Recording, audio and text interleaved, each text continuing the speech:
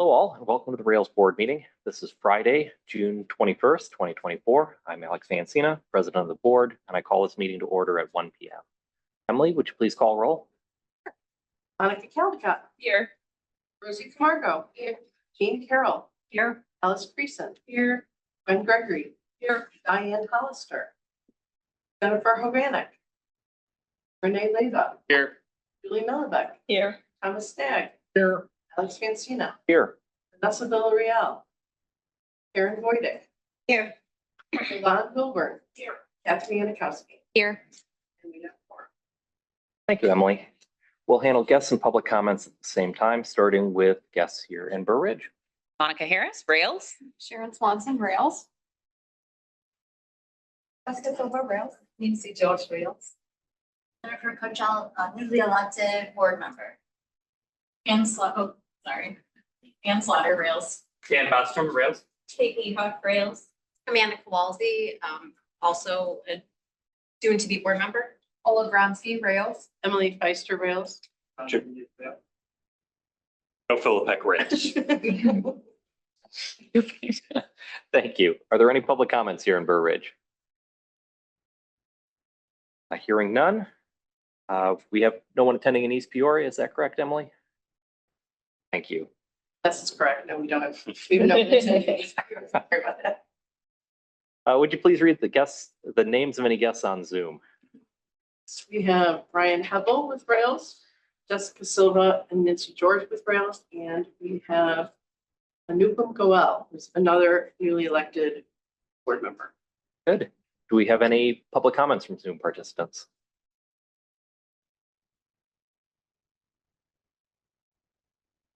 If not, have we received any by email? You're not. Thank you, Emily. Moving on to the consent agenda, does anyone wish to move any item from the consent agenda to the regular agenda for further discussion? Hearing none, may I have a motion and a second for approval of the consent agenda? So moved. Karen. Jean and Karen, Oh, did you say it at the same time? Oh, okay.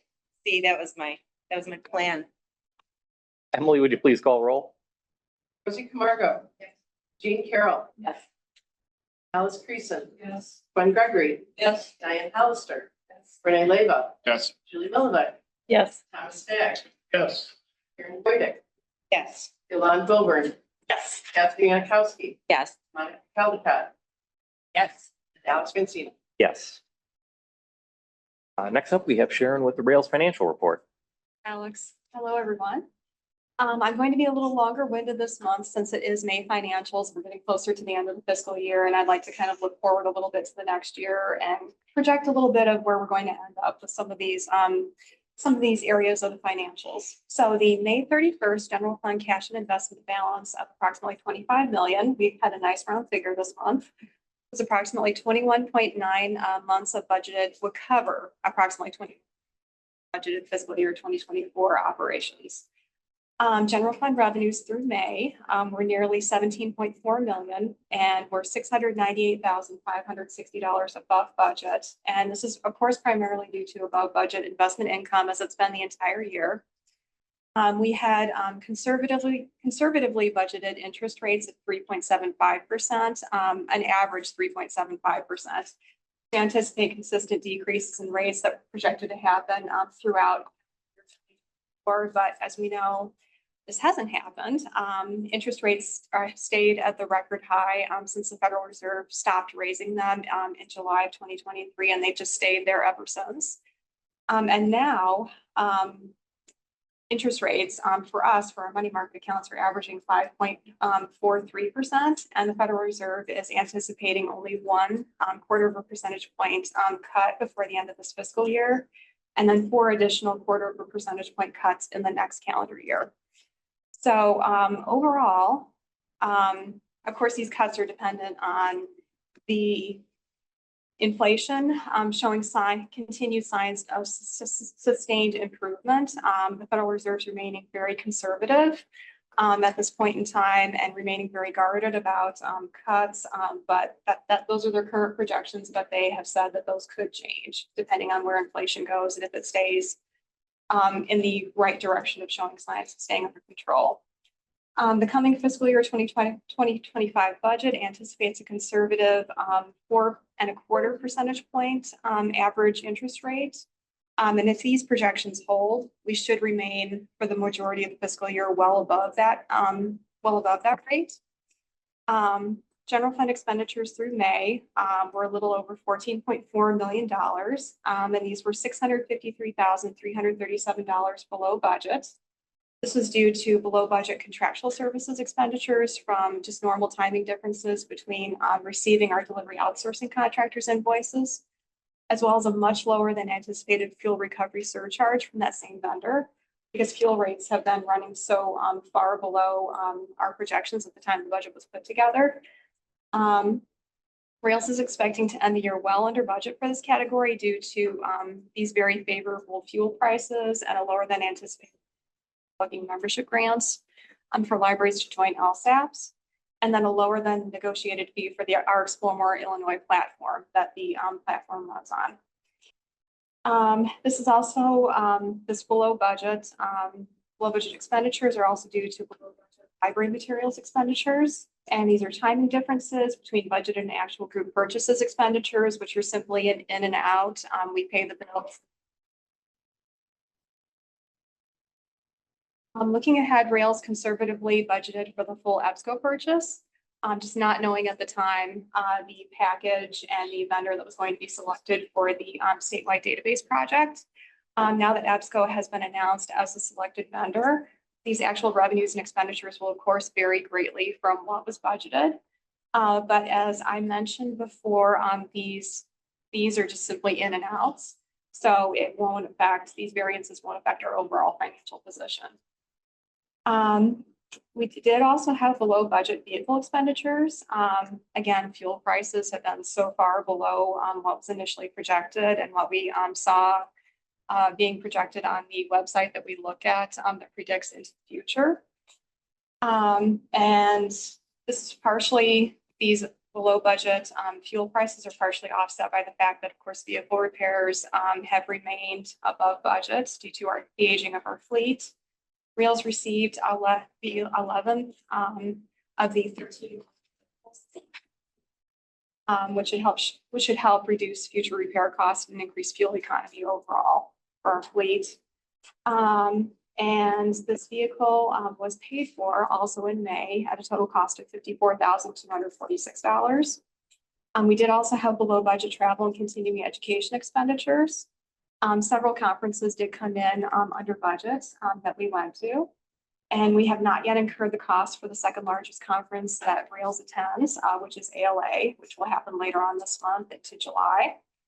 And we also had a brief open position for the member engagement specialist, who is primarily in charge of member site visits and generates a lot of in-state travel. And the joint systems board meeting that was postponed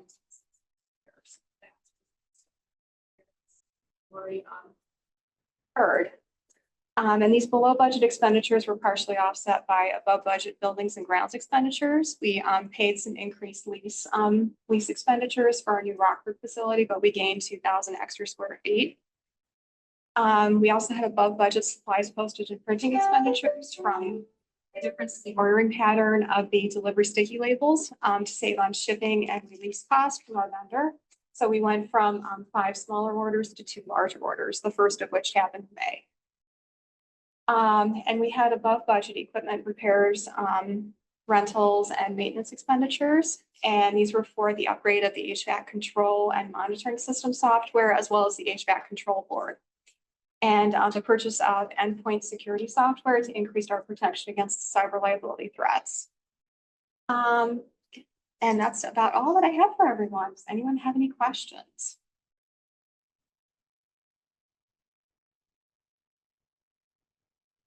All right, thank you, Sharon. Next up, we have reports. I do have a report this month. We have 4 board members who are outgoing. Rosie Camargo, Alice Creason, Tom Stagg, and Yolande Wilburn. We do have some plaques for you. If you please come forward.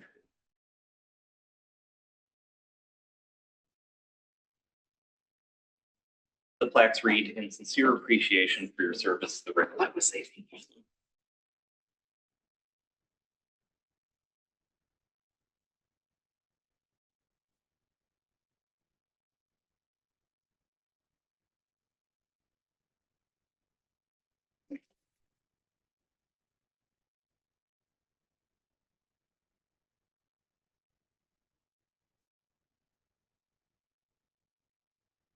Wall.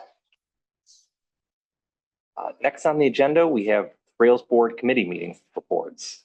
Are there any additions to or questions regarding the reports that were included in the packet? Okay, if not, next is Monica with the Rails report. Thank you, Alex.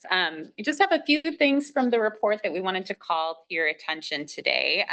But before then, just one addition that was not in your report, and that's regarding the statewide databases. As many of you know, our libraries did receive notice from the Illinois State Library last Friday about the EBSCO databases, detailing exactly what databases would be included. We are very much looking forward to those moving forward, and we know what a huge savings and boon this will be for Illinois libraries. There will be more communications moving forward. In the meantime, if you wanted to look at the Rails response in terms of the deals and discounts program, that is available on the Rails website under deals and discounts, and a list of the databases is also available. I do believe we'll have an update from the Illinois State Library a bit later, so that's all I'll say on that piece.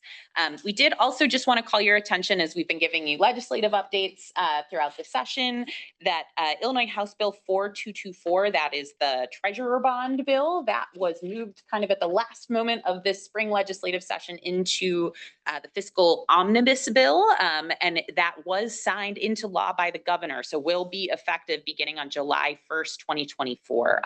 That will result in probably hundreds of thousands of dollars of savings for libraries annually each year. We're very grateful for the leadership of the Illinois Library Association on this issue. And we're looking forward to providing additional communications for our libraries just to make sure that they're taking advantage of those savings.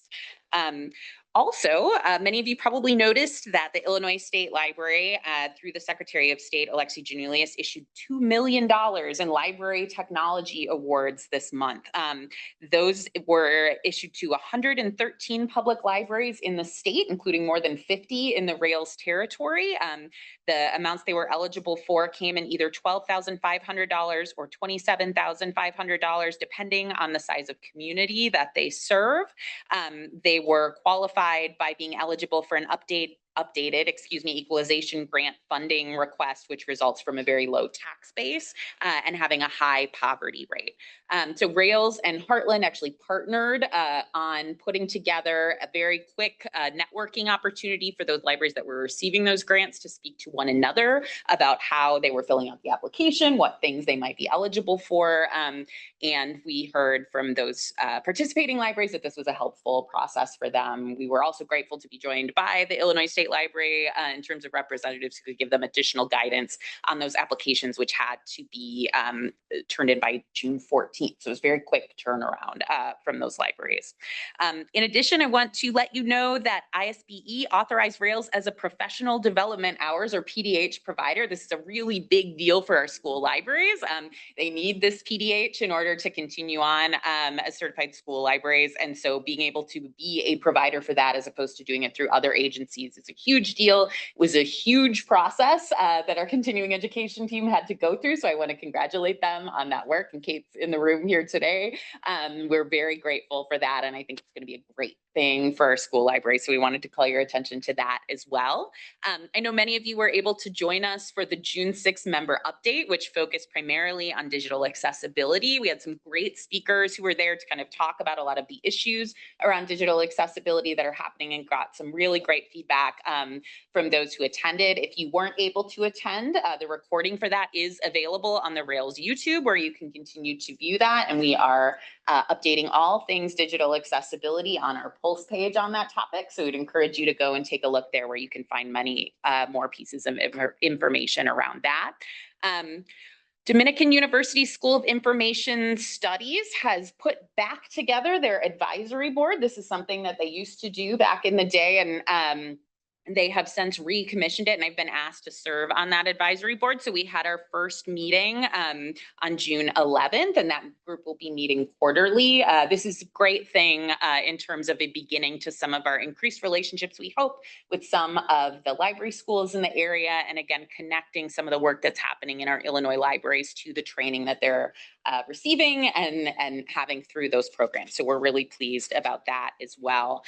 And then finally, wanted to call your attention, every month we have the top 3 here in our program. These are the things that if you are looking for the things you want to talk to other members about, or other folks that you're talking to about things in Rails, they're always the things that you want to keep abreast. So on this list, of course, Rails and Heartland are co-hosting a digital grant, or a digital equity grant co-design event that's coming up Thursday, July 11th. This is a really amazing opportunity because we're partnering with the Illinois Office of Broadband to conduct these co-design workshops, and really should go a long way to a lot of these broadband efforts that have been underway. Anne's in the room here. She's been working really hard on these relationships and moving this forward. And so we're really thrilled to see this opportunity.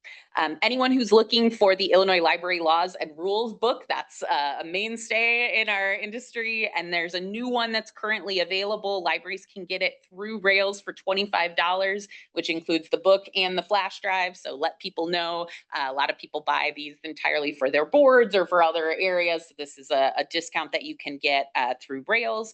And then finally, there will be a Rails member meetup at the Freeport Public Library heading on July 17th. You're going to hear more from Jessica later, so we'll probably hear more about that, but encourage you as always to attend and to meet other members there as well. Any questions on anything that I spoke about just now, or anything related to the Rails report? I would just like to say thank you for the hard work that you went through to get the ISBE. I just blanked on the words that I wanted to say, but to be able to offer school librarians, we have to have 120 hours over the course of our professional educator license in professional development, and very hard to find library related things, right? I can go to differentiation until my eyes are blue, but to find something that is specifically related to my role is very hard to come by. So I know that that this outreach to school library members will be greatly appreciated, and I feel sure will increase engagement. I also was so happy to see all of the school visits that just got to go on. I love it that my fellow school librarians were the first ones to say, yes, come visit our school library. And I think that really shows that school library members do want to be part of Rails. They just sometimes don't know how, or they don't know like where to jump in. So I think that they know you now, and you've seen their space there. That's going to just increase the connections. Thank you. I just wanted to let everyone know, if you did not get a copy of the Illinois Rules and Laws, they are complimentary to Rails board members. Thank you, Emily. Thank you, Monica. Next, we have Jessica Silva and the Rails Member Engagement Strategies Report. Okay, let me share my screen, and if I didn't tell y'all that I was going to share my screen, did I really share my screen, right? So All good.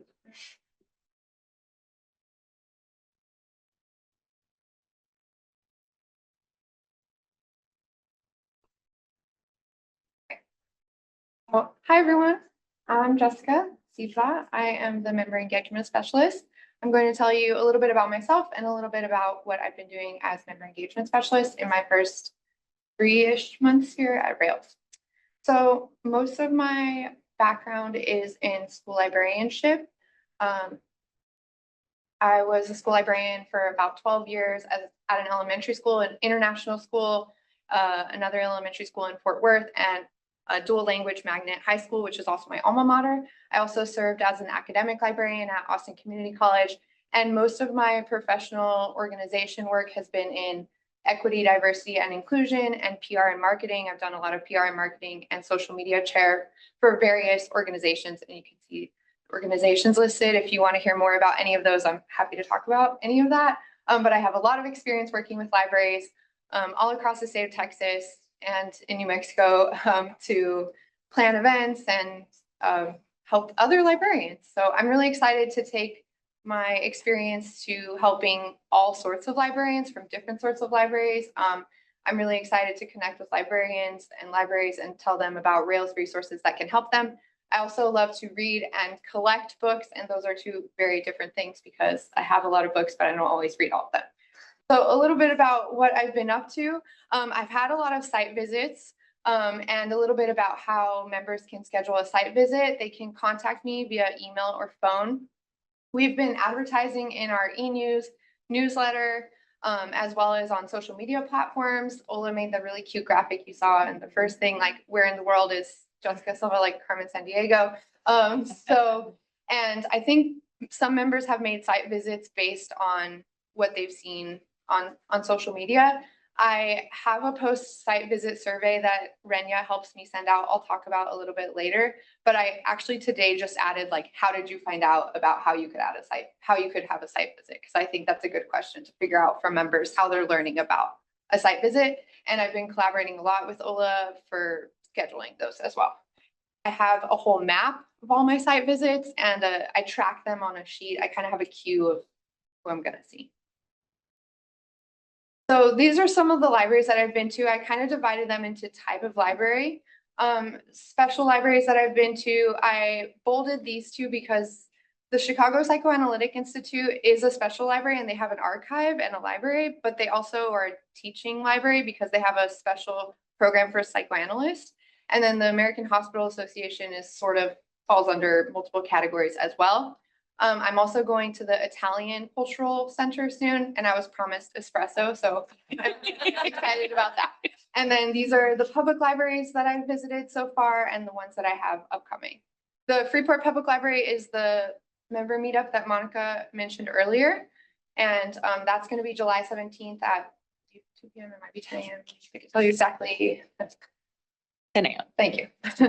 These are some of the schools that I visited. I think a good mix of like middle, high, and elementary. I think I went to 1 K to 8. And at some of these, I've seen multiple librarians at the same school. I have an upcoming visit at the Illinois School for the Visually Impaired, and I'm really excited about that because I bet we have a lot of resources that can help them, and they might have some resources we can help other libraries with for serving people who are visually impaired. And then some of the academic library visits that I have coming up. Dominican, I didn't know about the advisory board. That's really exciting. But I was able to connect with Don Hammerly because he's also a Texan, and they have a new librarian at their library. So I'm excited about visiting that one. A little bit about what I've learned on my site visits. Libraries are idiosyncratic, extremely specific to what their needs are, what we can help them with, what Rails resources are good for them is really different depending on the library. There's no two libraries that are alike, right? Maybe there's some similarities between them, but very different. But I've been gathering a lot of ideas. Like I said, after I visit a site, I send an email answering some of their questions with some links, connecting them with other Rails people, sometimes Anne or Barb Miller, if they're interested in Find More Illinois. We're really trying to strengthen that and add more people to that as well. And I also send out that survey, and in the survey, one of the questions that we ask is, what surprised you about Rails, and also what continuing education might you be interested from Rails? And that's been really great because I've been able to share that information with Kate so we can get together, and just hearing from them about some of the issues and topics that they have in their library.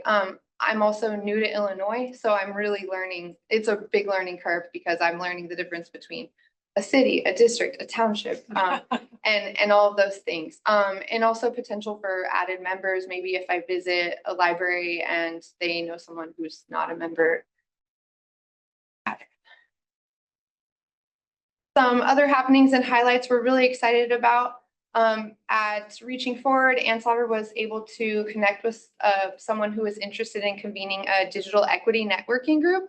So that meeting is going to be on July 15th. That's the one at here. And we're having a kickoff meeting for our digital equity networking group. I think this is really important with broadband and making sure that all libraries across Illinois are kind of kept up with what's going on in libraries and making sure that these are equitable for libraries. I know that that's something that I've heard on my site visits a lot about tech and the tech grant coming up. I think this will be really helpful for member libraries. Something I was very, very excited about is I visited the Williamsfield Public Library. They're a staff of 2 and their town is 600 people. And I was able to connect them with the delivery team to get them an added delivery day. And they were really, really excited and their patrons were really excited. So that was a really great visit. And then I attended the AI and libraries session at Glenview Public Library and heard a lot of talking and questions about AI in libraries. I know a lot of us are coming up with policies. I know Rails is coming up with policies, so that's something really important. So I'm working with Kate and the CE team and some Rails members to have some AI teachings. So stay tuned for that. And then a little bit about strategy. I'm basically working from the northwest corner in a clockwise manner. I joked last time that I was going to get an Illinois map tattoo, but I've been going tri-county by tri-county to plan member meetups. So then one next month is in Freeport, and then the August member meetup, I'm pretty sure is going to be in Boone County at a school library. But not locked in yet. And then when I do that, I also promote site visits by county. I'll be in these counties during this time. I would love to stop by your library. So I've scheduled a lot of site visits that way as well. I've also been cold calling, and honestly, that's a really good way to talk to people, because even if I'm talking to them about maybe like their Zoom license, I can say, hey, I'm also going to be in this area, or I would love to come visit you, or here's some other stuff that's going on in libraries. I've also met with a few PR and marketing staff from libraries, public libraries around our area, to let them know what Rails resources they can share with their patrons, like explore more. For the future, some things that I would like to plan: online roundtables, perhaps around AI or gray literature. That's something that's come up a lot in my site visits. I would like to target more small and rural public libraries and investigate leadership opportunities for our member libraries. A reminder that board members are always welcome to attend Rails events. I hope to see some of you at our Digital Equity Networking Group kickoff meeting, or at one of the member meetups. I know that might be a drive for some of you, but when I get to your county, I really hope to see you there. And I'm very open to feedback, suggestions, and questions. Thank you very much.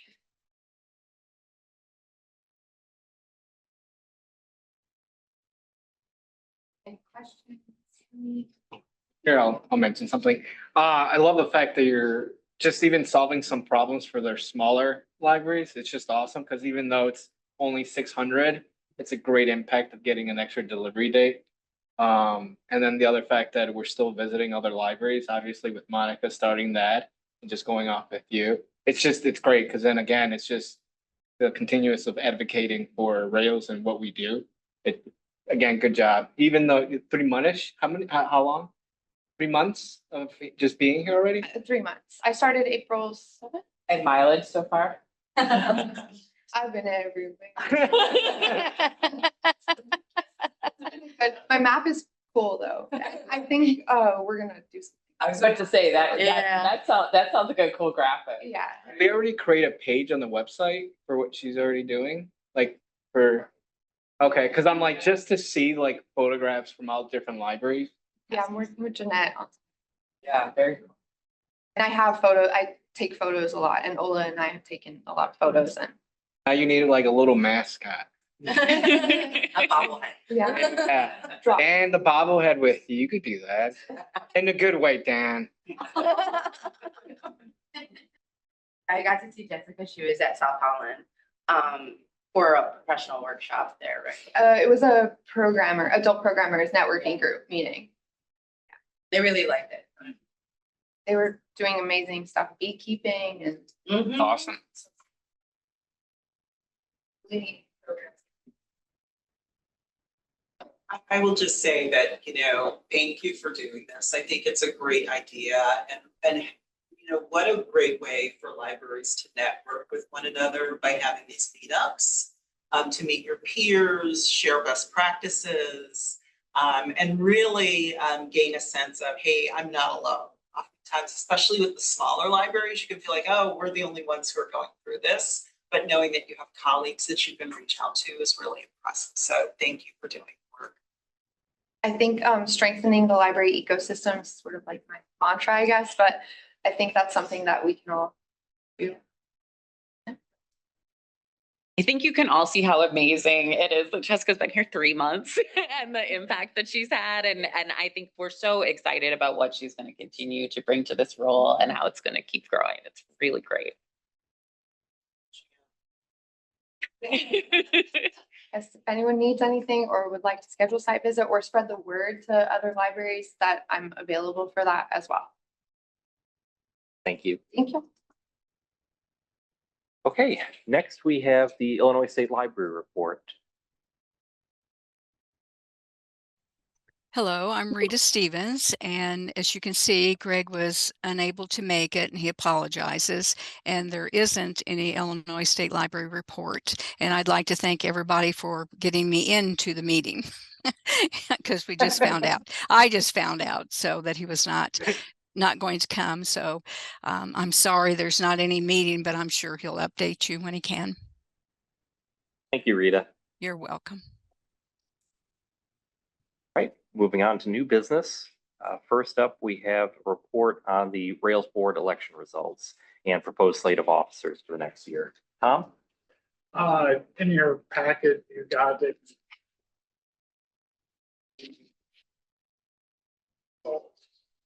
And the nominating committee also comes up with a slate of officers, and the officers are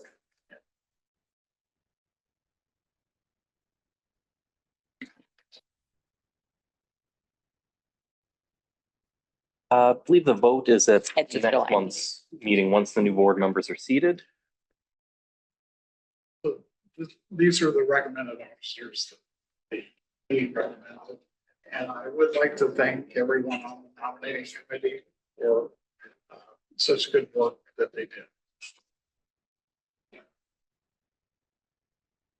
Tom? End it here. Next up is Joe with the resource sharing policy. Thank you, Alex. Good afternoon, everyone. So in your package, there is both a memo and a copy of revisions to the Rails resource sharing plan. As the memo states, a resource sharing plan is something we have to have. It's a requirement for a regional library system like Rails.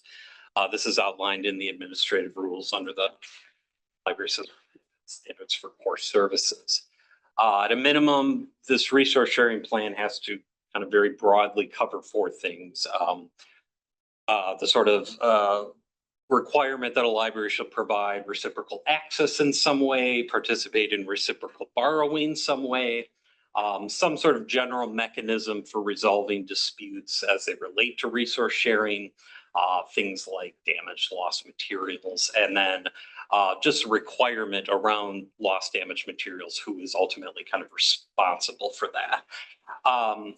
We understand that the mechanisms by which our members participate in resource sharing vary quite a bit in Illinois, right? So we have many libraries that are part of an LSAP, but we also have libraries that use interlibrary loan platforms like Find More Illinois, like Lincoln Libraries, OCLC WorldShare, and then even the very kind of one-on-one public library and school library sort of relationship.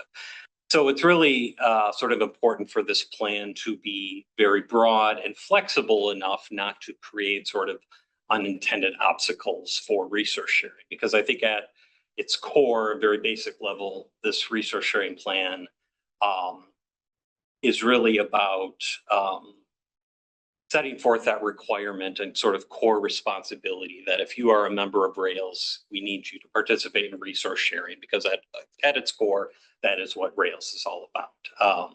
So this plan was first, this plan hasn't been approved, looked at since October of 2018. So we're getting close to 6 years now. So we wanted the resource sharing committee to start by reviewing this, and they started to do that in late last year. The resource sharing committee met, reviewed during a couple meetings and offered some suggestions. Ultimately, they approved the revisions at their May 6th committee meeting. The next move from there was for that resource sharing plan to then be reviewed by the policy committee, which they did at the May 17th policy committee meeting. And now we present to you the full board. And if this plan is approved by this body, it will then be sent to the Illinois State Library for consideration and ultimately final approval. You're not going to find, it's a fairly long document. You're not going to find any sort of large scale changes in there. I think it's a lot of updating broken links. There is some language around non-resident cards for kids, things that were not in place when we last looked at it in 2018. There is a statement at the end directing the committee to the resource sharing committee specifically to review the plan every 3 years so we don't go 6 and then realize we should probably look at that. So we wanted to codify that. And then beyond that, it's a lot of just kind of updating language for sort of consistency. So that is what I had to share, but happy to take any questions or if there are any comments.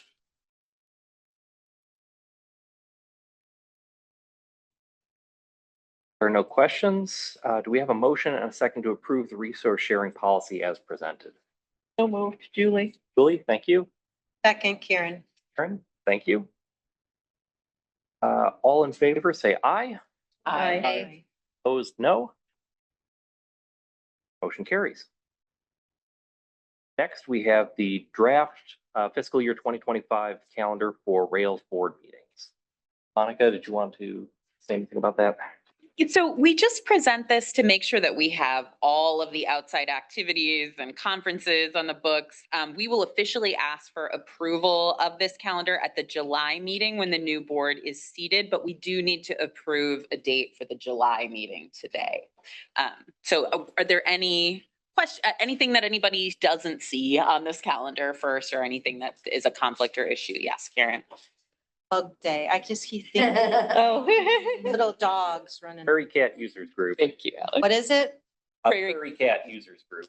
Okay. I was just, Yours is better. I love the dogs running around in their whole day, Or pugs. And if you look at your calendars and see something that we don't have on here, just email me. All right. If there are no other questions or discussion about the schedule, may I have a motion and a second to approve the Rails July board meeting date of Friday, July 26th at 1 p.m. Diane, thank you. Monica, second. Monica. All in favor, say aye. Aye. Opposed, no. Motion carried. Next, we have the Rails organizational chart and pay grade assignments for fiscal year 2025. Thank you, Alex. So in your packet, you find the proposed updates to the Rails organizational chart and Rails pay grade assignments. These were all included in the figures that you saw in the fiscal year 2025 budget that was approved by the board in May. I want to in particular thank Human Resources Manager Sam Daly for her preparation of these updates. It takes a long time. In particular, this year, we went through a full benchmarking process. And so just in case you want to know a little bit about what that means, it's essentially using an outside third party, and in this case, we use HR Source, to objectively benchmark our job descriptions against current, valid, and reliable compensation survey data. So in this case, we had all of our staff managers and many of our staff reviewed and updated their individual job descriptions to make sure that they accurately, reflect all of the work that's happening in those departments. HR Source then compares each description to market data and does analysis that includes special attention to things like knowledge, skills, experience, qualifications, including education and experience, along with all those actual job duties that are included in the job description, and then provides an updated pay scale. So the updated pay scale you saw in your packet is the new and proposed pay scale. Our current pay scale was also prepared by HR Source back in fiscal year 2020. Just along with the recommendations that come from HR Source, we do update those in terms of adding CPI data to change those targets. But this is a totally new scale, again, that's based on those recommendations that come from those individual job descriptions. Along with that, we also did a pay equity analysis this year with HR Source. So what they do is look at employees' current annual salaries to make sure that they're equitable to what is noted as the market rate. So anything that you see at the midpoint on that pay scale is essentially what the market rate is, with the minimum being 20% below that and the maximum being 20% above that. They then look at all of the equity in terms of the current salaries of the staff and compare that with 100% being completely at the midpoint, and that's the target because that is the actual market rate. So this year, when we went through that full process, we were at 97%, which again indicates that those overall employee pay rates are at 97% of the market-based pay structure. And when the board approved the 3% increase for this year, that actually brings us to 100%, which is right on target overall. So that kind of goes through the pay scale piece that we're doing. Are there any questions that are specifically about that process, or how we move forward there? Part of what HR Source does is they also recommend that we do this every 3 years. So we will revisit this process for fiscal year 2028 and go through something very similar then. Yes, Karen. It says at the very bottom, no jobs evaluated. Why do they have salary for nobody? Oh, in the Pay pay grade scale 3. piece, sorry. So essentially the pay grades go up a certain percentage for each one. So if there's no job where the market rate is due to that percentage, then there are no jobs that fit within that range. But so they leave that open in case anything changes in the market so that eventually it would move into that range. So each one has an established increment essentially that goes up by each number.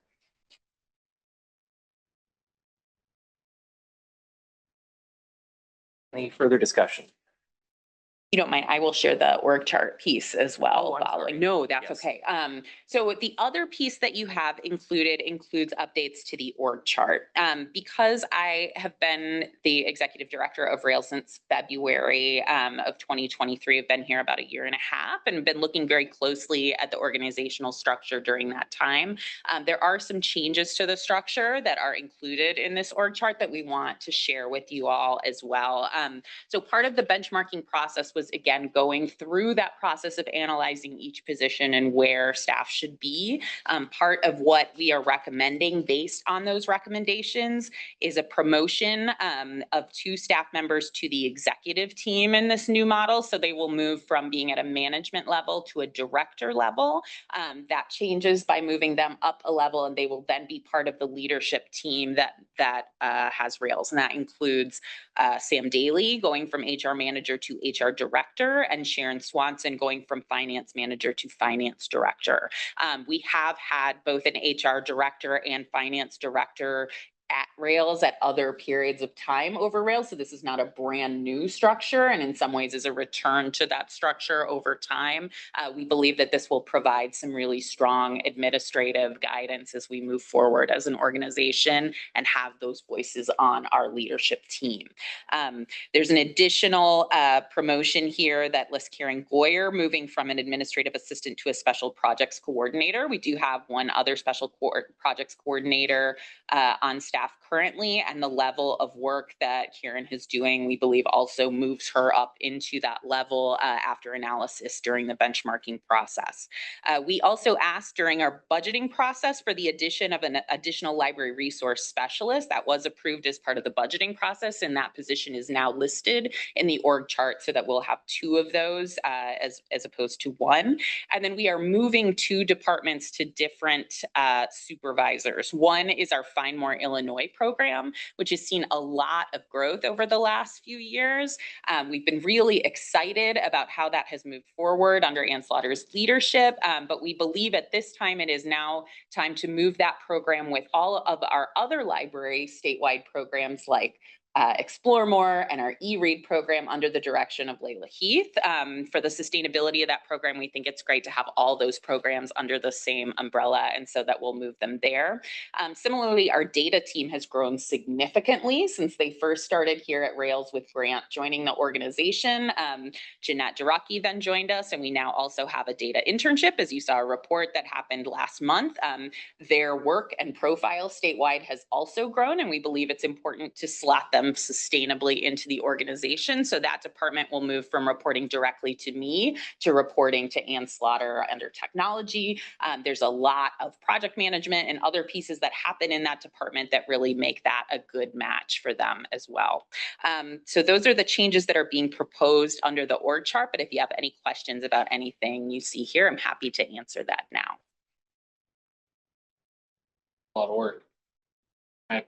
Yeah. But I think it's very telling that obviously we know Rails really well, but everything that you say, like it all makes sense. It all seems to really the director levels make 100% sense, and then the slotting different places. So I think that to me is always like a good view of like, is this a good decision? It just seems like, yep, everybody says that agrees. So we've had so many conversations about this at many different levels, and the staff have been really incredible about taking on new responsibilities and moving forward in new ways. So I'm really proud of the work that they're doing and how that they're making that happen. And so we hope that this structure will continue to support that increased work and the pieces that are happening there. It just shows how Rails is growing and how these group ideas are now established because it was something that needed. It got grown and now you can establish it. So that's our hope. And there's so many aspects to it, from like the internal equity piece of who is overseeing how many big projects versus smaller projects, yes, direct headcount numbers. And I know that you all take that into account when you're looking at, where does this group fit? Yes, trying very hard to not exceed anybody's bandwidth, but also give us room to continue to grow on behalf of our members. Absolutely. And to give each program room to grow as they start to do things like find more floating. Great. Do we have a motion and a second to approve the changes to the Rails organizational chart and pay grade assignments? Motion to approve. Renee? Gwen, thank you. Emily, would you please call roll? Jean Carroll. Yes. Alice Creason. yes. Fran Gregory. Yes. Diane Hollister. Yes. Renee Leva. Yes. Julie Millibeck. Yes. Thomas Stanek. Yes. Karen Boydick. Yes. Yolanda Wilburn. Yes. Catherine Yanikowski. Yes. Monica Pellicott. yes. Rosie Camargo. And Alex Francina. Yes. Next up, we have our board development topic, which is the Rails World Language Cataloging Services Program. Nancy?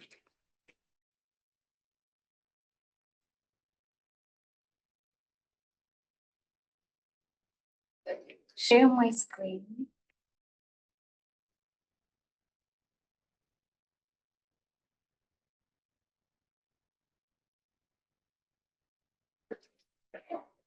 Hello, everyone. I'm happy to join with you all this afternoon. Before I start, let me introduce myself. My name is Nancy George. I am Rails Cataloging Services Manager. I have more than 17 years of cataloging experience in public, academic, and school libraries. My librarian journey started in India, where I took my cataloging job first, and I literally fell in love with cataloging. And I really enjoyed the meticulous work of cataloging. So this is the 6th year at Rails. Over the years, I've taken many responsibilities within Rails cataloging services. A significant part of my work involves cataloging training. So we offer practical hands-on training on cataloging and classification related topics such as so many courses and trainings. And also we offer supplementary cataloging training sessions also. I also oversee specialized cataloging projects such as word language cataloging, which I will be discussing in detail today. And another exciting project we are working on is a cataloging mentorship program. It is called Illinois Cataloging Mentorship, or ICAM. So we are going to, our target is to launch this program in September 2024, but we will be starting to receive the applications in next month. So you will be receiving more information is coming soon. I also support cataloging support to Find More Illinois and eRead Illinois. So that's a quick overview of what Rails cataloging services to Illinois libraries. So before I talk about word language cataloging, I would like to give you a small, simple definition of what is cataloging, if those of you are not familiar with cataloging. So cataloging is a systematic process of organizing and describing library resources so people can find those resources. When library users are coming to the library, they can. So that is simple definition. So for this, we have different process we will be doing when you are doing cataloging. So that is like assigning unique identifiers such as call numbers or barcodes. And also we categorize materials based on different cataloging and classification standards. So like Dewey Decimal Classification or Library of Congress classification or any other classification system. And we also create detailed records on each items, like its content, authorship, and other important details based on cataloging standards like RDA or ASCR2. Why cataloging is important? It is a public service. So many of you are not aware it is a public service because it is it plays a crucial role by ensuring to access those materials to the public, so which helps all of our lives make it easier. So it is a public service and it is an indispensable part of all library operations. And it is very important public service. That's my point. So now I would like to talk about the Word Language Cataloging Services Program. Through comprehensive surveys, Rails identified the need for specialized cataloging support for Illinois libraries. So in December 2021, we established a Word Language Cataloging Service Program to Illinois libraries at no cost. We started this program to all Illinois libraries, and which help libraries to meet their unique cataloging needs for items when libraries did not have the in-house expertise to catalog word language items or original cataloging. I would like to give you an overview of this program. It's a statewide cataloging support program for Illinois libraries, especially when there is a need for word language cataloging or original cataloging. And the best part is it is funded by state library grant. So no cost to libraries to utilize this program. And we cover all languages as part of libraries' regular collection, including English, if there is a need for original cataloging. And we cover most of the print and physical AV materials. But this service does not cover electronic resources, digital collection, or special collections. Those materials you can reach out to, the libraries can reach out to CMC for their service. To begin with, a library can simply submit an electronic form on Rails website. Libraries can either send us physical items or photocopies, images, or PDF files of items to be cataloged. So when they are sending us PDF or images, they can upload those images on our website. So it will create a ticket in our system so we can start the process fast. And if any libraries who have a fragile or very valuable materials, this is a perfect solution for them. Also, if any libraries are looking for faster surveys, we would recommend them to send us the PDF files or images rather than sending us the physical items. And all Illinois libraries can participate in this service because it's a statewide program. I would like to show you the workflow, what we are doing, how to handle cataloging tasks for various word languages. Some of you might be wondering how we are able to manage all these word languages. So when libraries send us cataloging requests through the electronic form on our website, we start the process right away. And first, we identify the items and organize the request into our system, and we categorize them based on language, subject matter, and the format. And then we create a Excel file, and it is a very time-consuming and detailed process at that phase. And usually, I really need help in that area, so I always ask our admin assistant to help me with those tasks. So they are really helpful. And then I personally review each item if there is a record in OCLC. If there is a record in OCLC, sometimes I have to enhance the cataloging. I don't have to do original cataloging, so that is an important step. Then I will, if I have to do original cataloging or enhanced cataloging, if I am familiar with the language or the format, I personally handle it. If it's not, we outsource our cataloging. So we have an outsourcing vendor that is Backstage Library Works. So at Backstage, they have a pool of catalogers from all around the world. I am one of them.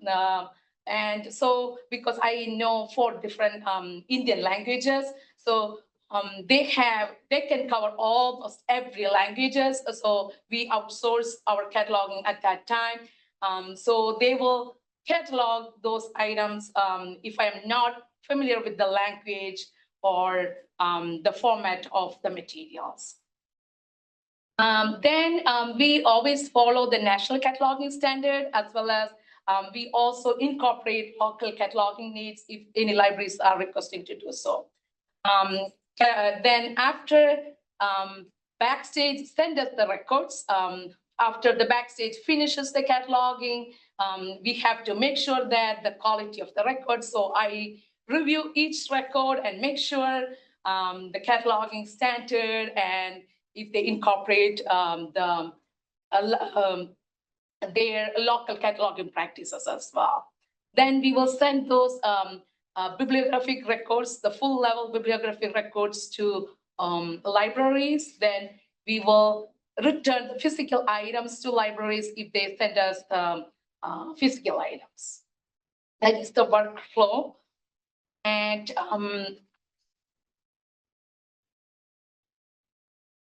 I would like to mention this program empowers Illinois libraries and Rails to achieve their mission. That is resource sharing.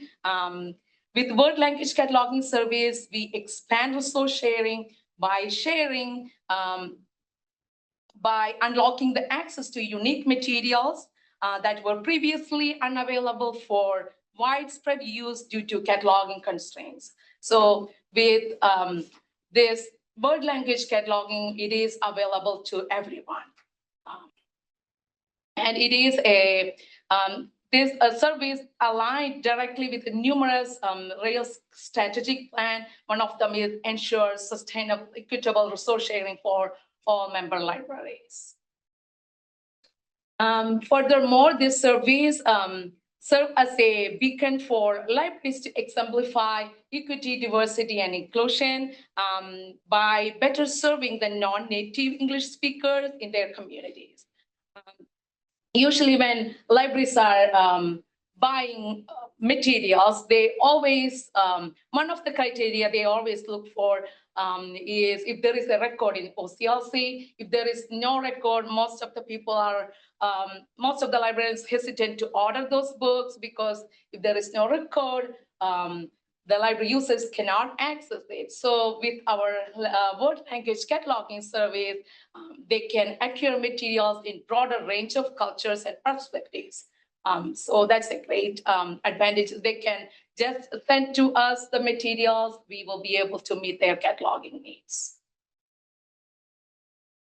And also this service have been helpful for libraries, especially in maintaining their local cataloging practices. So we understand that how important it is to libraries to keep their bibliographic records top-notch while following the local practices.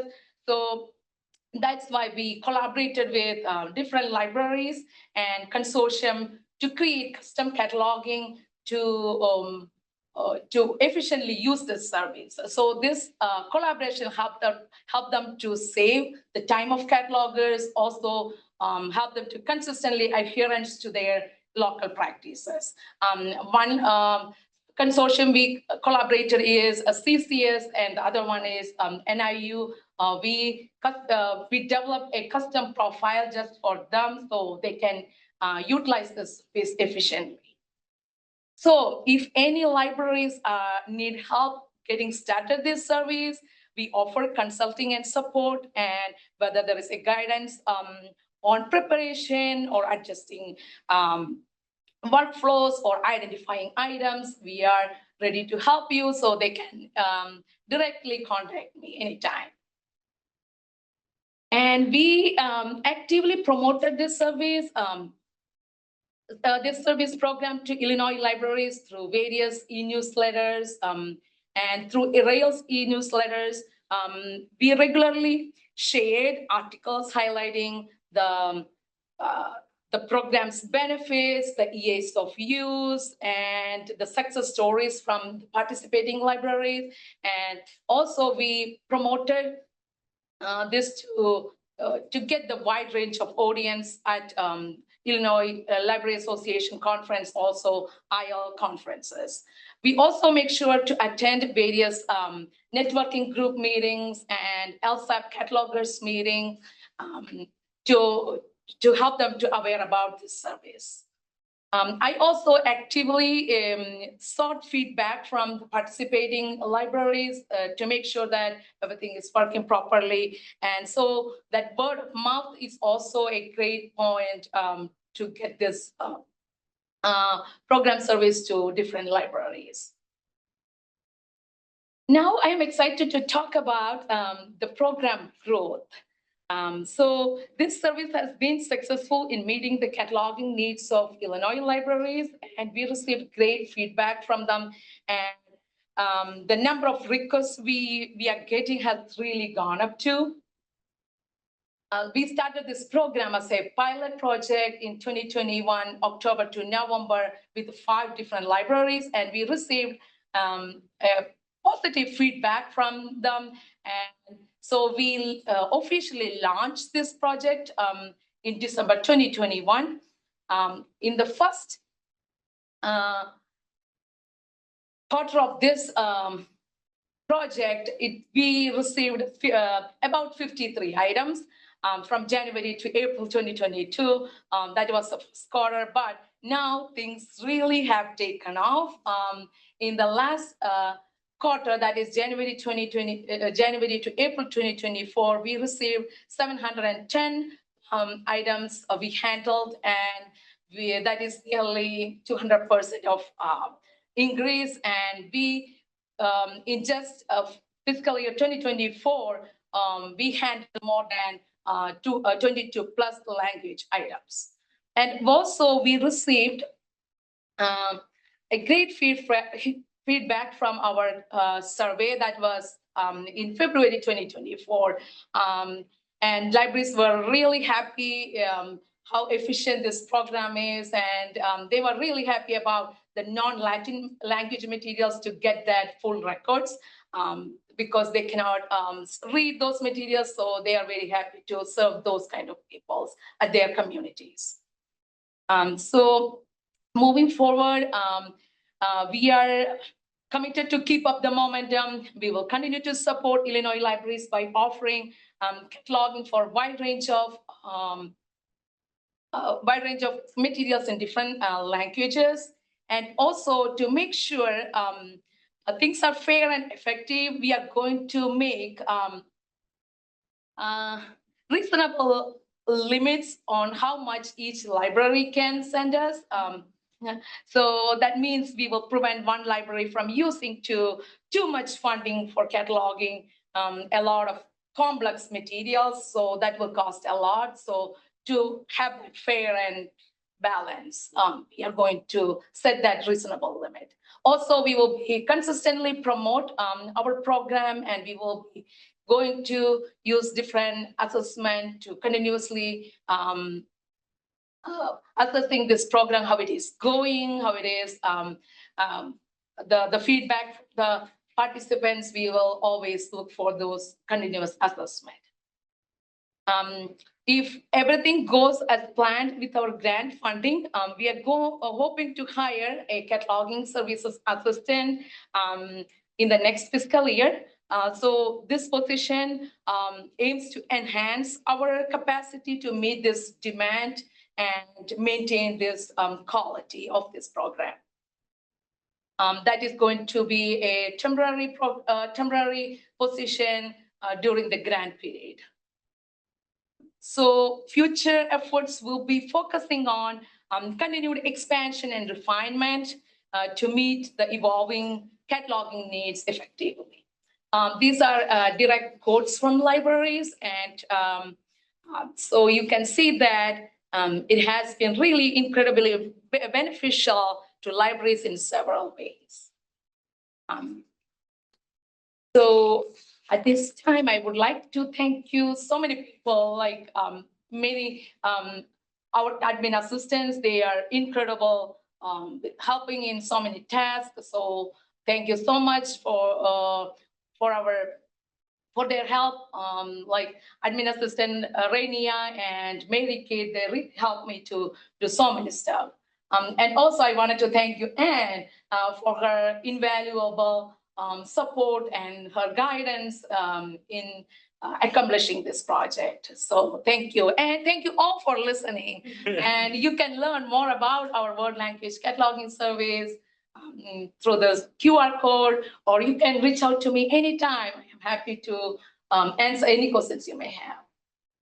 Thank you. Thank you, Nancy. I have a question. It was very interesting. I'm glad you said, yeah, we got to restrict how many people are doing this. How many libraries are actually using the service right now? Do you know what that number is? How many libraries? I don't have for the entire program from 2021 to now. I don't know exactly that number, but I would say the pattern I am seeing is people have used the service. They keep using it, and we have noticed the same thing when we had sent out this survey in February.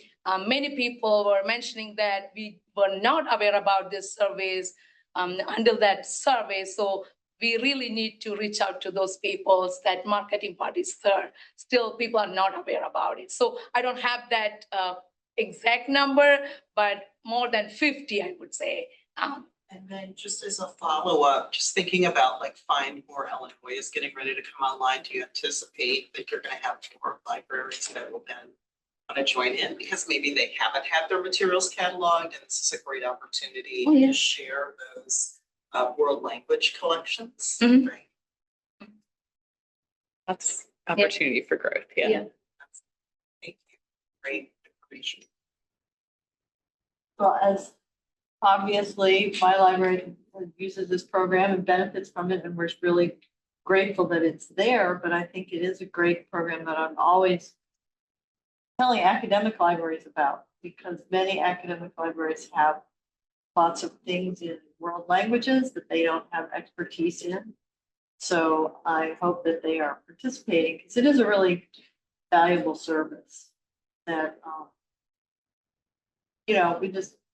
many libraries just get these things and they can't deal with them. So this is a way to, without having to set up work with Backstage independently on your own, to get them done and get language expertise that people just don't have.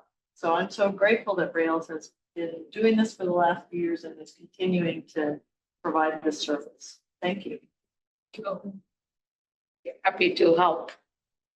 As well as the training, I know, since I'm from that kind of background also, cataloging, people always want more training, no matter how much, they want more. So it's great, and I know a lot of the cataloging things fill up right away because everyone wants more training. Great that Rails provides that. To go with what Gwen mentioned, does Rails ever consider doing like a continuing education to become a original cataloger? Because I know like my consortium Paracat only does it once a year. And you have to wait, you have to work for a whole year to even be eligible.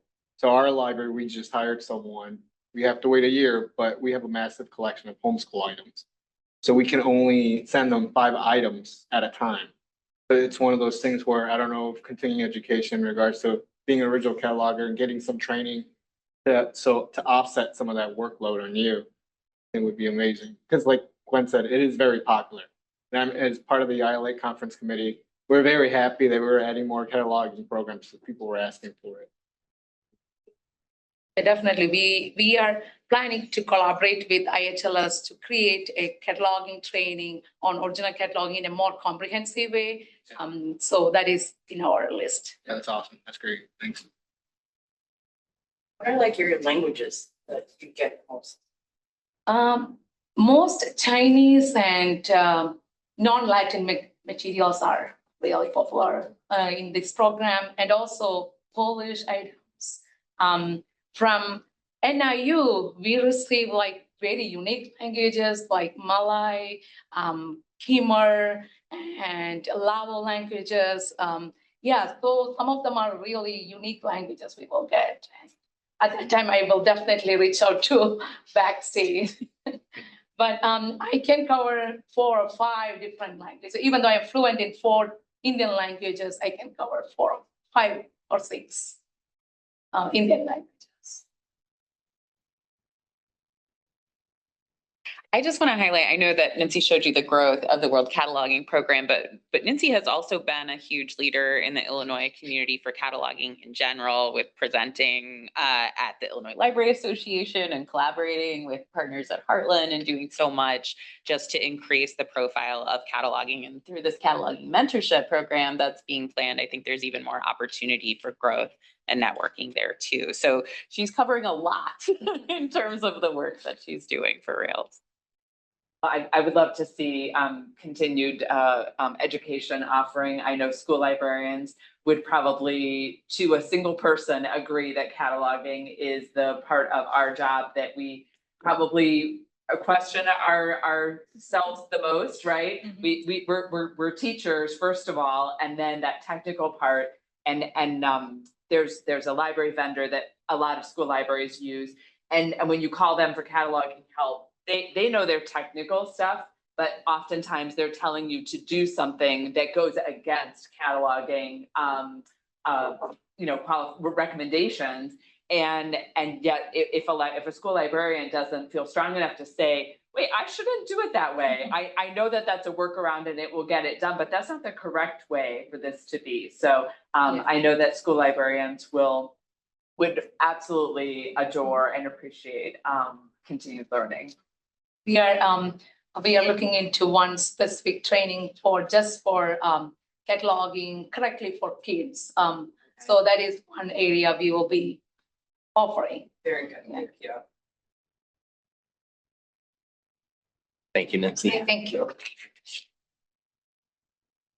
That brings us to Rails board member reports. Does anyone have any news about their library they'd like to share this month? I would love to share that, I'm fairly new here at Illinois Libraries and at Evanston Public Library last Friday, we had our balcony. They banded the falcons, so we have a falcon nest every year, the falcons nest on our roof. And we have a video camera and everything, and this year they actually sat on the eggs, and we have 4 baby falcons that came out and banded last Friday. So we have a wonderful crowd of people who have come year after year to see the banding of the falcons and choose the names. And one of them, I won't name them all, but one of them was Millennium Falcon. So just, it was a really wonderful event, and just something that I'm really honored to be able to participate in my first year. Unique. Do the birds just come? I mean, you just are honored that they have chosen your roof, or is that somehow been developed over years, or? They just nest there. They just like it. Or they come back. Okay. That's amazing. And it's like, it's generational now, like, it's when I briefly worked at Evanston, I got to work upstairs. And one side of the Falcon like area, there's like the community room and there's the staff stuff. And so I would sit there and watch them all the time, come in and out and move around. And they're just so, it's a very cool experience. You can watch them live. They have a webcam. So you can watch them at Niles. They swivel over one of the computer screens and let the kids watch the Falcons there. So it's pretty cool. Very cool.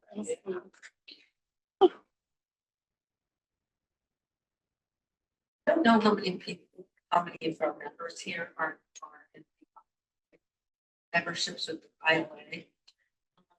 I don't have a PowerPoint or anything, so this is new. I can direct your attention to the ILA alert. There was some information that came over yesterday about retired members survey.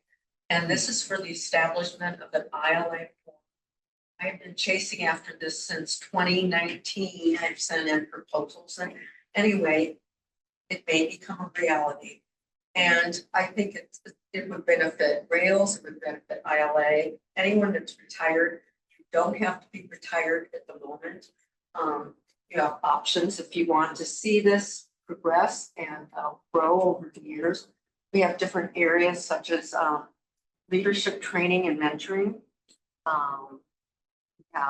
We will have established professional engagements and programming, different programming, networking events as well. But basically at the bottom of it all, it's helping each other out. It's inspiring one another after retirement or before retirement to kind of figure out what you want to do, or hear from someone that, well, I think I can do that too in my library community as well. And there's so many different opportunities, and Rails, a lot of people don't know about Rails. Sad to say, even though they're in the library community or work in a library job.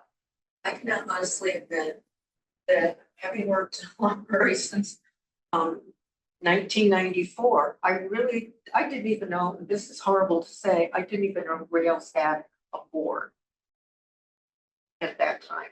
We were really privy in the situation I was in. We didn't know.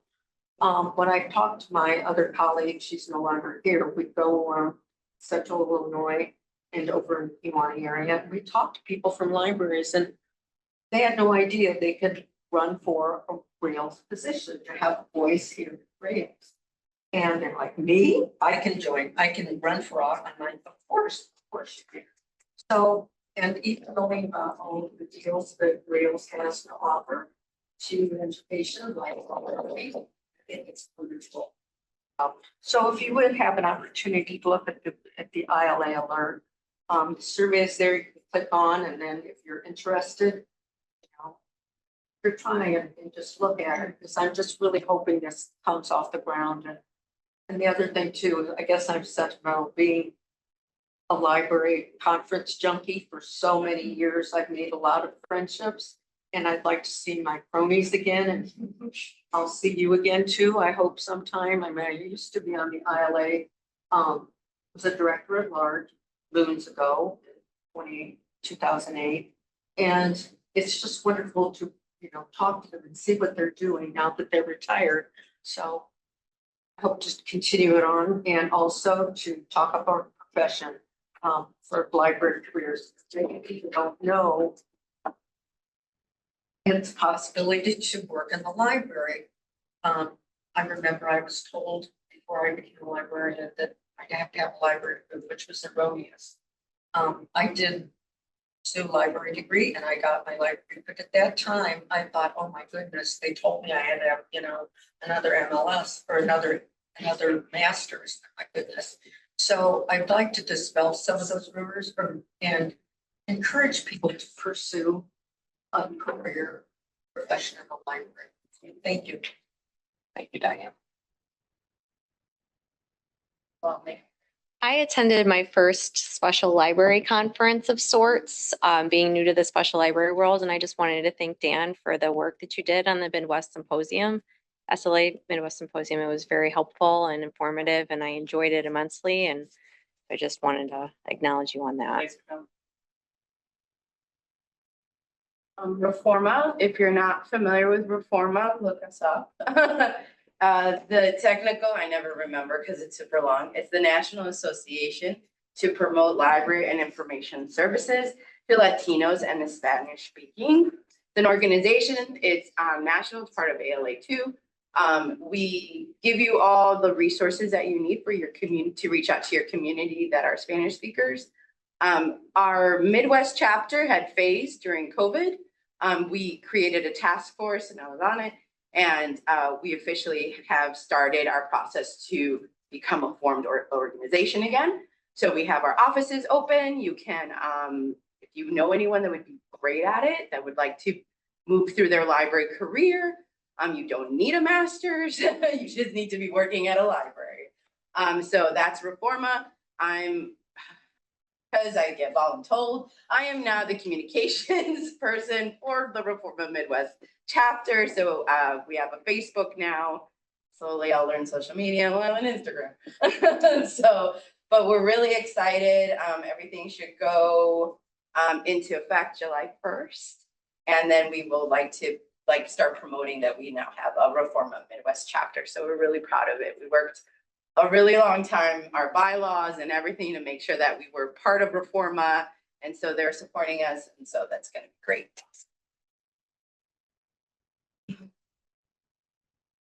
The Downers Grove Public Library got another trustee appointed on Tuesday. And so I have yet to meet this person in person. However, he is a former civil rights attorney with extensive FOIA and OMA background. So he comes in for his orientation on Tuesday. Yay. All right, anyone else? How is summer reading going for everyone? I know, you Kids everywhere. Kids everywhere. Yeah, we did circus, so we have a resident clown coming every Monday and they teach clown school. We had our first graduating class. They got clown noses and a certificate of clowning. We're like, now you can go make money. But they learned ballooning, juggling, and clowning around. So ours is doing really well. So I'm excited. I follow many of your libraries and you guys are doing a great job. Evanston was a great job. We had our first PTA math club. So they do math club in our meeting room, and the high school National Honor Society kids are there to tutor the little ones, and they get their packets sent home at the beginning of the year. Anyway, they come and exchange their packets and get prizes. And if they need help, they have the National Honor Society kids to help them. So we're always super busy on those days. We had our first one and the lines were so long to get into math club and to get a new library card and to check out library books that all the lines in our lobby were running together. I guess it's a good problem to have when you're a fairly large library and there's still so many people, they're all running into each other.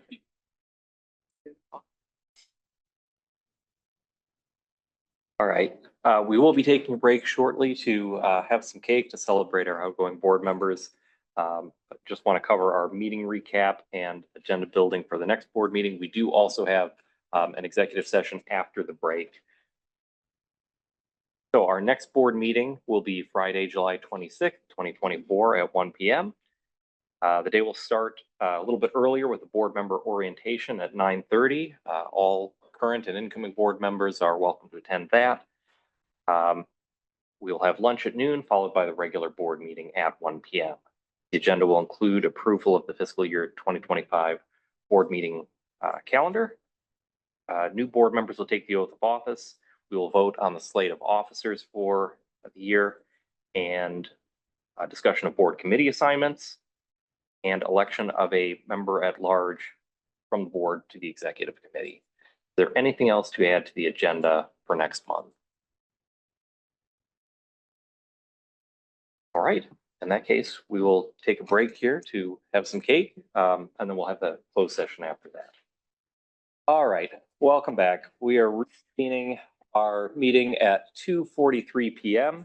Next item on the agenda is closed session. Do we have a motion and a second to move into agenda to discuss matters pertaining to employee compensation as per 5 Illinois compiled statutes, chapter 120, paragraph 2, section 2C21, which states exceptions, a public body may hold closed meetings to consider the following subjects.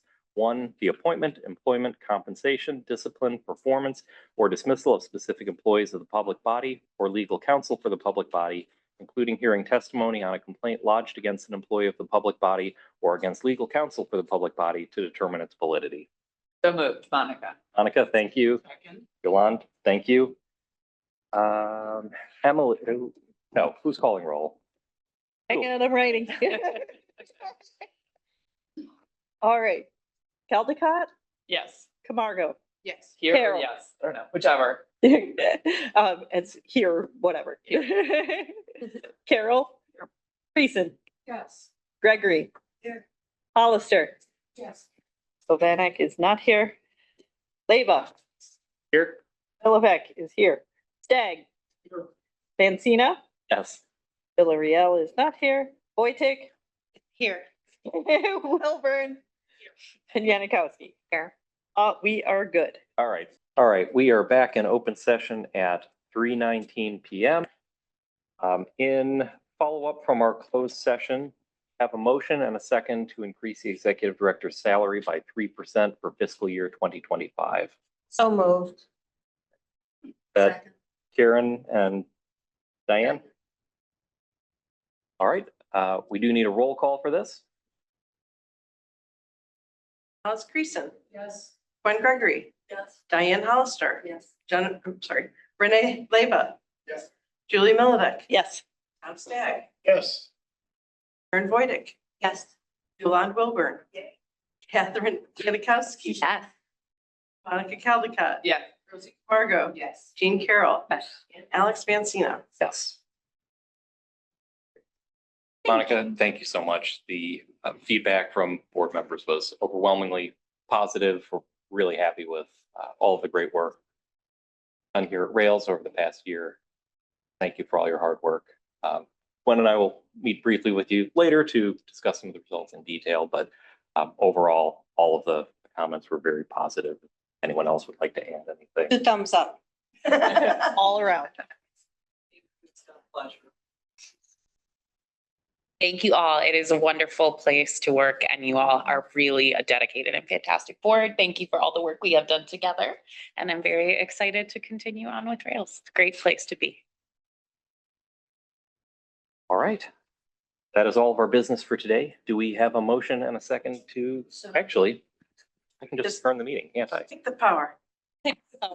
Sure. Take the power. Or we handle it differently. Meeting adjourned, 3:20. Thank you all.